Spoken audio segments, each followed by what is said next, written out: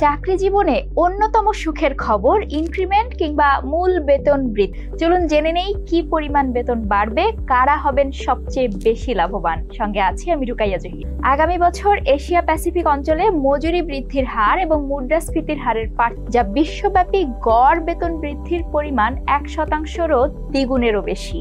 এছাড়া ইউরোপ অঞ্চলের বেশিরভাগ দেশ বেতন বৃদ্ধির বিষয়টি একটু সহজ করে বলা যাক।